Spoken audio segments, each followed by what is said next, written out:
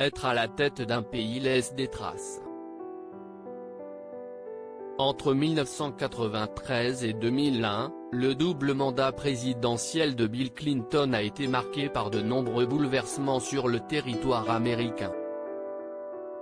Intervention armée en Haïti, premier attentat contre le World Trade Center à New York, attaque terroriste contre les ambassades américaines au Kenya et en Tanzanie, l'ancien président a guidé les États-Unis à travers 8 années teintées de violence et de scandales.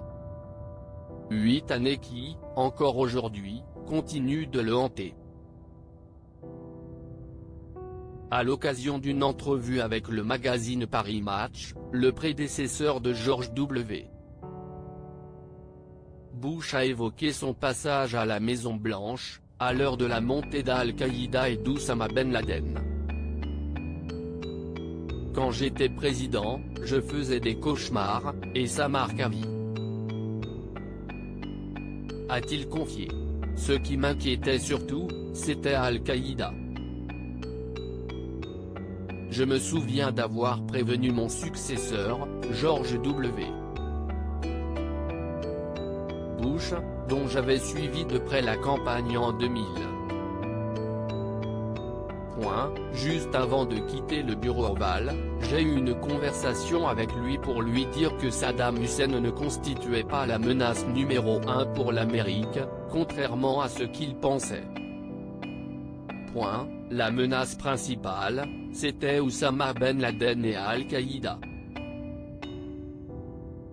L'autre souci tenait à la prolifération des armes de destruction massive, nucléaires, biologiques ou chimiques, provenant de pays comme la Corée du Nord, l'Inde ou le Pakistan.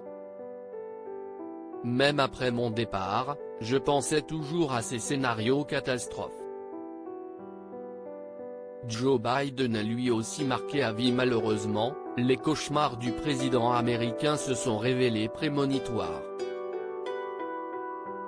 Le 11 septembre 2011, les États-Unis ont fait face à l'attaque terroriste la plus terrible de leur histoire, sur les tours jumelles du World Trade Center, à Manhattan.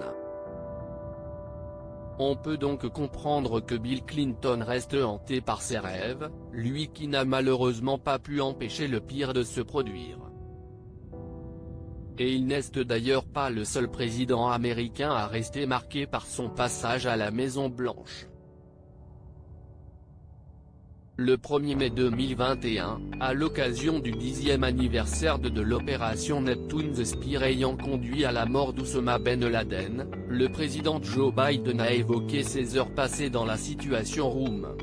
« Si est un moment que je n'oublierai jamais », avait-il alors écrit.